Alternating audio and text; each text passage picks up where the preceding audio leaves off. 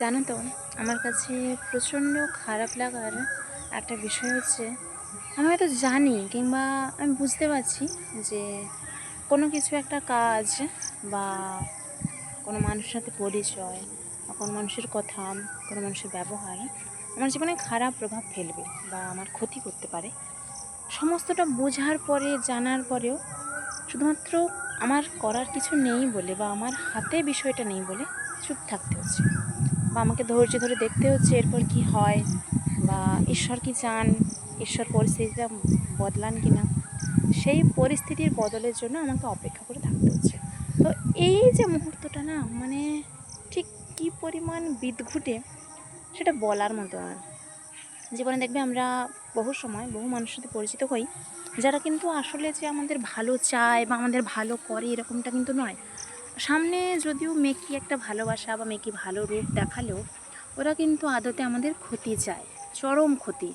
এমনকি সেটা যদি মৃত্যুও হয়, তাতেও ওদের বিন্দুমাত্র আত্মা কেঁপে উঠবে না। তো এই সমস্ত মানুষ থেকে না আমি বরাবর চাই একটু দূরে থাকতে, বরাবর চাই যাতে পরিচিত না হই, বরাবর চাই যেন এ সমস্ত মানুষ কারোর জীবনে না আসে। সে যদি আমার চরম শত্রু হয়, তার জীবনেও যেন এরকম মানুষ না আসে। কিন্তু দেখো, যদি বাড়ির কারুর মানসিকতাটাই এরকম হয়, সেক্ষেত্রে বিষয়টা সামলানো একটু নয় অনেকটাই চাপের। তো যতটা সম্ভব চেষ্টা করা উচিত এদের থেকে দূরে থাকার। কারণ কি বলতো, বাইরের মানুষদের সামলানো যায়, বাইরের মানুষদের তুমি কয়েকদিন দেখা করলে না, কথা বললে না, কিংবা তাদের বাড়িতে গেলে না, তাদের সাথে খুব বেশি পরিচিতি গড়ে তুললে না, সেক্ষেত্রে এড়ানো যায়। কিন্তু বাড়ির মধ্যে যদি এমন কেউ থাকে না, তুমি কতদিন তাকে এড়াবে? কোনো দিন সে তোমার বাড়িতে আসবে, তোমাকেও কোনো না কোনো কারণে হয়তো একদিন না একদিন তার বাড়িতে যেতে হবে বা তার সাথে কথা বলতে হবে, হাসি মুখে, আবার এমনি নয়। তো সেক্ষেত্রে সহ্য করাটাও যেমন কষ্টের, তেমন সামলে চলাটাও কষ্টের। তবুও ভগবানের কাছে এটুকুই প্রার্থনা করি যে এই সমস্ত মানুষজন যেন কারোর জীবনে তেমন না আসে। কারণ কি বলতো, ওই যে ঘর শত্রু বিভীষণ যে কথাটা আছে না, এরা হচ্ছে একদম সেই ঘর শত্রু বিভীষণের আসল উদাহরণ। তোমার কাছে তোমার মতো থাকে, তোমার পিঠ পিছে অন্যদের মতো থাকে। তো এই সমস্ত মানুষজন যাদের জীবনে আছে বা যারা এই সমস্ত মানুষের সাথে পরিচিত হয়েছে, তারা না বয়সের তুলনায় অনেকটা তাড়াতাড়ি ম্যাচিওর হয়ে যায়। সেটা হয়তো তাদের ব্যবহারে, কথাবার্তায় বোঝা যায় না, কিন্তু ম্যাচুরিটি এসে যায়। কারণ কি বলতো, তুমি যখন বাইরের ঝামেলা তো থাকেই, বাইরে বিপদ তো থাকেই, কিন্তু ঘরেও যখন বিপদ থাকে না, সে সমস্ত কিছু যখন সামলে চলতে হয়, সে সমস্ত কিছু যখন মোকাবিলা করে জীবনে এগিয়ে যেতে হয়, তো ম্যাচুরিটিটা আগে আসবেই, এটা স্বাভাবিক ব্যাপার।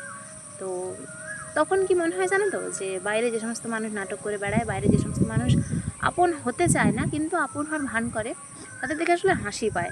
কারণ ভাই, তুই যেমন আচরণ করছিস, তোর মতো একই আচরণের মানুষ আমার বাড়িতেই আছে, তোকে দেখে আর নতুন করে কি অবাক হবো? তো যখন কেউ বলে না যে কিছু কিছু জিনিসে আমার মধ্যে অনেক বেশি ম্যাচুরিটি দেখা যায়, তখন আমার ওটাই বলতে মন চায় যে বাড়ির মধ্যে এমন অনেক পরিবেশ দেখেছি বা এমন অনেক মানুষকে দেখেছি, যে কষ্ট করে আর বাইরে গিয়ে মানুষের কোনটা মুখ আর কোনটা মুখোশ সেটা আলাদা করে আমাকে চিনতে হয় না, সেটা বোঝা যায় এমনিতে। আর একটা কথা আমি আগেও বলেছি, আবারও বলছি, ভগবান মেয়েদের এমনিতেও একটু হলেও বাড়তি ক্ষমতা দেন, যাতে তারা মানুষ চিনতে পারে, কে কেমন মানুষ, কে কোন টোনে কথা বলছে, কোন দৃষ্টিভঙ্গিতে তাকে মূল্যায়ন করছে, বা তার সাথে পরিচিত হতে চাচ্ছে কোন উদ্দেশ্য নিয়ে।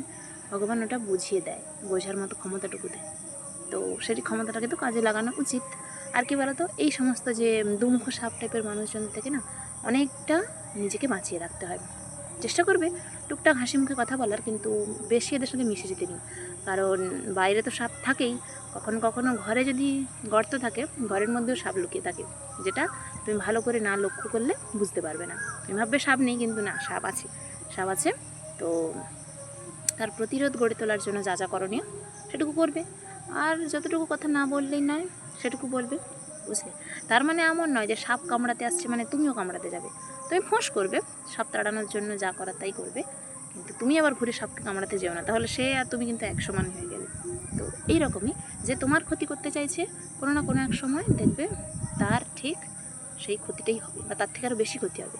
কিন্তু সে তোমার ক্ষতি করতে চাইছে মানে তুমিও তার ক্ষতি করে দিলে, ওটা কিন্তু নয়। তবে হ্যাঁ, তোমার নিজের যাতে ক্ষতি করতে না পারে তার জন্য যা যা পদক্ষেপ নেওয়া উচিত, তার জন্য যা যা ব্যবস্থা নেওয়া উচিত, সমস্তটা নিয়েও সমস্তভাবে নিজেকে বাঁচিয়ে রাখো। কারণ তুমি হয়তো ভাববে যে ও আমার ক্ষতি করে দিল, আমি শেষ হয়ে গেলাম। সেটা একেবারে মৃত্যুর দ্বারা চিরতরে শেষ হয়ে যাওয়া হোক বা সাময়িক ক্ষতি হোক, কী আর এমন আসে যাবে, কিছু তেমন হবে না। কিন্তু একটা কথা মাথায় রাখবে যে ঈশ্বর তোমাকে সৃষ্টি করেছেন অনেকটা ভালোবেসে, অনেকটা যত্ন নিয়ে। ঈশ্বরের যত্নের ফসল হলে তুমি। তোমাকে ঈশ্বর যদি না ভালোবাসতেন তাহলে তোমাকে সৃষ্টি করতেন না, তোমাকে পৃথিবীতে পাঠাতেন না। আর কিছু জিনিস থাকে যেটা কর্মফল হতে পারে, যদি আগের জন্ম পরের জন্ম বলে কিছু থাকে, তো এক জন্মের ফল, কর্মের ফল অন্য জন্মে যায়। এটা আমার শুনেছি, আমি জানি না, বা আমি জ্যোতিষপ্রিয় নই, তাই জ্যোতিষবিদ্যাও আমার চর্চা নেই, ফলে আমি বলতে পারবো না। তবে হ্যাঁ, যেমন কর্ম করবে তেমন ফল পাবে।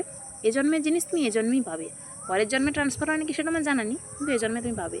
ভালো কাজ করলে ভালো ফল পাবে, আর খারাপ কাজ করলে খারাপ তো পাবেই। তো আমার দেখা এমন বহু ঘটনা আছে যে তারা বিভিন্ন মুহূর্তে আমার ক্ষতি করতে চেয়েছিল, কোনো না কোনো সময় তাদের ক্ষতি হয়েছে, ঈশ্বর তাদের ক্ষতি করেছেন। সেজন্য মন খারাপ করো না, ভেঙে পড়ো না, ঈশ্বরের প্রতি বিশ্বাস রাখো, নিজেকে শক্তিশালী হিসেবে গড়ে তোলো। বুঝলে? টাটা।